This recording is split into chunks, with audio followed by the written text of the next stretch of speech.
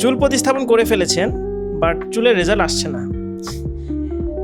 এটা হচ্ছে আপনার চুলের একটা নির্দিষ্ট সময় লাগে সম্পূর্ণ রেজাল্টটা আসতে। আমরা বলে থাকি যে 1 থেকে 6 মাস লাগে আপনার সম্পূর্ণ রেজাল্টটা আসতে।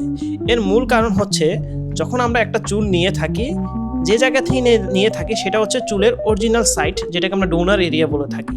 এবং এই ডোনার এরিয়া থেকে চুলটা নেওয়ার কারণে আপনার দেখা যায় ওই চুলটা এক স্থান থেকে আরেক স্থানে আসার কারণে একটা শক লস হয়। এটাকে আমরা শেডিং পিরিয়ড বলে থাকি এবং এই শেডিং পিরিয়ডটা 1 থেকে 3 মাস হয়ে থাকে। এবং 1 থেকে 3 মাসে আপনার পুরাতন চুলটা পড়ে গিয়ে, অর্থাৎ আপনি যে চুলটা টোনার এরিয়া থেকে আপনার ট্রান্সপ্লান্ট এরিয়া চুলে জায়গায় লাগিয়েছেন চুলটা, সেই চুলটা আপনার নির্দিষ্ট সময়ে পড়ে যাবে। এবং 1 থেকে 3 মাসের যে কোনো সময় এই চুলটা পড়তে পারে এবং 1 থেকে 3 মাস পরবর্তীতে এই জায়গা থেকে সেম জায়গা থেকে আবার নতুন চুল আসবে এবং 6 মাসের মাথায় গিয়ে আপনি সম্পূর্ণ রেজাল্টটা পাবেন।